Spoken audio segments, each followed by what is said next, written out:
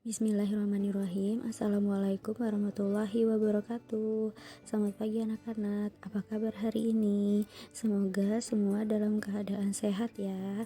Hari ini kita akan belajar pelajaran AKM Asesmen Kompetensi Minimum. Pada pertemuan sebelumnya kita telah mempelajari literasi teks sastra.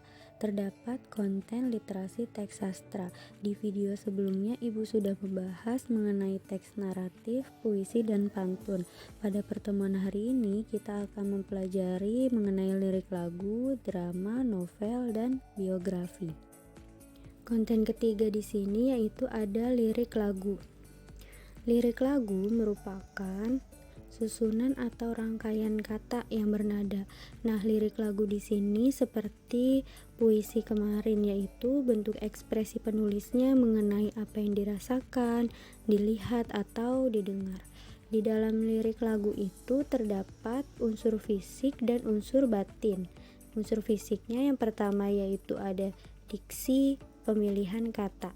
Dilakukan dengan mempertimbangkan makna, komposisi bunyi untuk membentuk irama.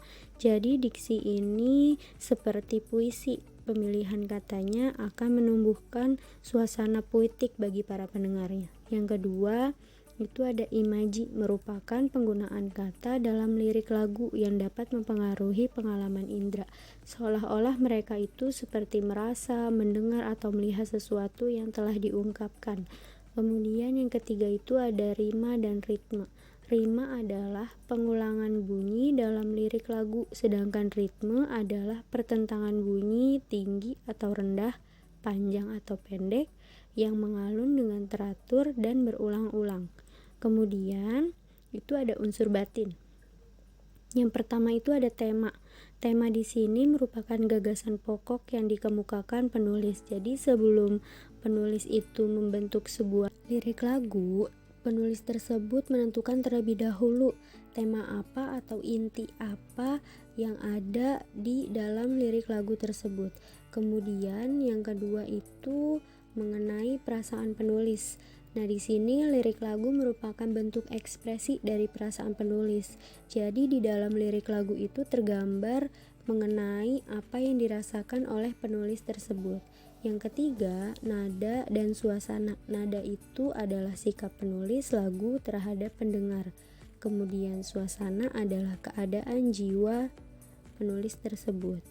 Yang keempat, itu ada amanat. Nah, amanat di sini itu maksud yang ingin disampaikan dalam lirik lagu tersebut.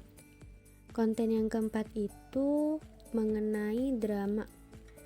Drama merupakan bentuk kisahan yang menggambarkan kehidupan dan watak manusia melalui tindakan atau akting yang dipentaskan.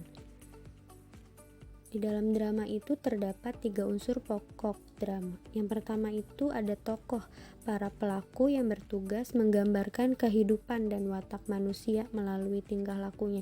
Jadi tokoh di sini itu yang memerankan sebuah dramanya. Kemudian yang kedua ada wawancang atau dialog, percakapan yang dilakukan antar tokoh tersebut. Kemudian yang ketiga itu ada kramagung, bagian yang mengindikasikan atau tindakan yang harus dilakukan para tokoh. Umumnya dinyatakan dalam tanda kurung atau cetak miring. Contohnya itu misalkan tokohnya sedang memerankan mengenai dialog sedih. Jadi di situ terdapat tanda kurung dengan bacaan sedih, seperti itu. Kemudian yang kelima itu mengenai biografi. Biografi merupakan teks yang melukiskan riwayat hidup seorang tokoh, mulai dari masa kecilnya, kehidupan keluarganya, perjuangannya, hingga prestasi kesuksesannya. Riwayat hidup ini biasanya diceritakan oleh orang lain. Jadi biografi ini mengenai riwayat hidup seseorang, misalnya tempat lahirnya di mana, nama lengkapnya siapa, seperti itu. Di dalam biografi itu terdapat sebuah struktur teks biografi. Yang pertama itu judul. Nah, bagian ini berisikan nama tokohnya yang akan diceritakan. Kemudian yang kedua mengenai orientasi, berisikan pengenalan tokoh atau gambaran awal tokoh yang diceritakan.